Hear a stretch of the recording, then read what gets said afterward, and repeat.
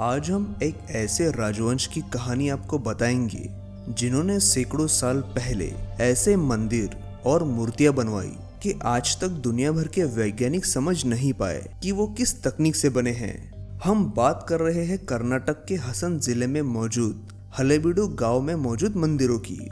हलेबीडु गांव पहले द्वार समुद्र के नाम से मशहूर था क्योंकि इस शहर से कुछ ही दूर मौजूद है अरब सागर।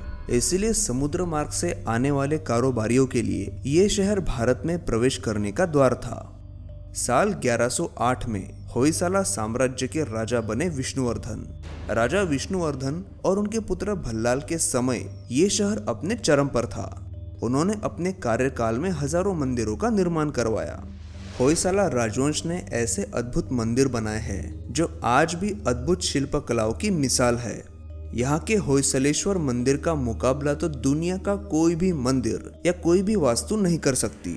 इस मंदिर में कई अलग अलग मूर्तियों को बारीकी के साथ तराशा गया है।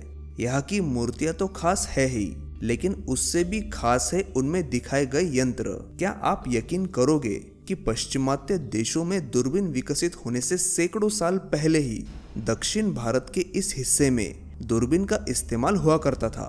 जी हाँ, ये बात 100% सच है और उसका उदाहरण है ये शिल्प। इस मूर्ति को देखकर ऐसा लगता है कि इसमें दिखाई दे रहा मनुष्य दूरबीन जैसे यंत्र से देख रहा है। लेकिन क्या आज से करीब 900 साल पहले भारत के इस हिस्से के लोग दूरबीन का इस्तेमाल करते थे? इस शिल्प को गौर से देखने पर पता चलता है कि ये एक पूरा शिल्प समूह है जिसमें एक युद्ध प्रसंग को दिखाया गया है। इस प्रसंग में दो सेनाएं आमने सामने युद्ध करने के लिए तैयार है और एक तरफ की सेना में आगे वाला मनुष्य अपने हाथ में दूरबीन जैसे यंत्र से सामने वाली सेना को देख रहा है।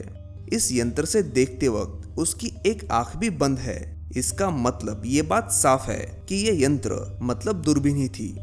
पश्चिमात्य देशों की माने तो दूरबीन का शोध गैलीलियो ने 1609 ईस्वी में लगाया था। लेकिन यहाँ बना ये शिल्प कुछ और ही कहानी बताने की कोशिश करता है। आपको क्या लगता है, दूरबीन का शोध किसने लगाया था? किसी भारतीय खोजकर्ता ने या फिर गैलीलियो ने? आपका जवाब नीचे कमेंट करके जरूर बताएं। इस मंदिर की बाहरी दीवारों पर हिंदू धर्म की पौराणिक कथाओं को उकेरा गया है और ऐसी कहानियां दर्शाते हजारों शिल्प यहाँ बनाए गए हैं। यहाँ की मूर्तियों पर इतनी बारीकी से काम किया गया है कि मूर्तियों के कुछ भाग तो 1 इंच से भी छोटे हैं, लेकिन इतने छोटे भाग पर भी कमाल का काम किया गया है जो आज के समय में किसी मशीन का इस्तेमाल किए बिना नहीं किया जा सकता।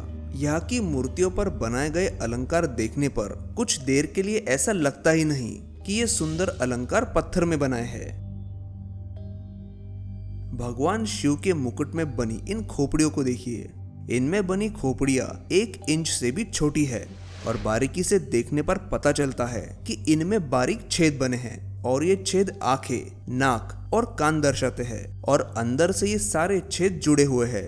अब आप ही सोचिए कि हजारों साल पहले बिना किसी मशीन के इस्तेमाल से इतने छोटे से पत्थर पर ऐसे छेद कैसे बनाए गए होंगे, और अगर इनमें से एक भी छेद को बनाते वक्त गड़बड़ हो जाती तो पूरी मूर्ति पर बनी नक्शी बेकार हो जाती। ऐसे में उन कलाकारों ने कौन सी तकनीक का इस्तेमाल किया होगा? आखिर इतने भव्य और कठिन कारीगरी की कल्पना उन लोगों ने सच्चाई में कैसे उतारी होगी?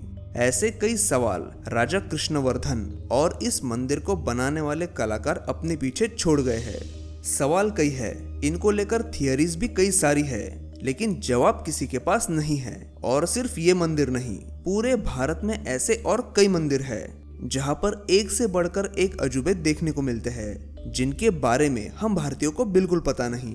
अगर आप चाहते हैं कि हम भारत में मौजूद ऐसे ही प्राचीन खूबियों के बारे में और वीडियोस बनाएं, तो कृपया इस वीडियो को 50,000 लाइक्स तक पहुंचाने का प्रयास करें। हम ऐसे ही वीडियोस आपके लिए लाते रहेंगे। और इस होयसलेश्वर मंदिर में मौजूद अन्य रहस्यमय मूर्तियों के बारे में अगर आप जानना चाहते हैं तो यहाँ क्लिक करके आप उस वीडियो को भी देख सकते हैं।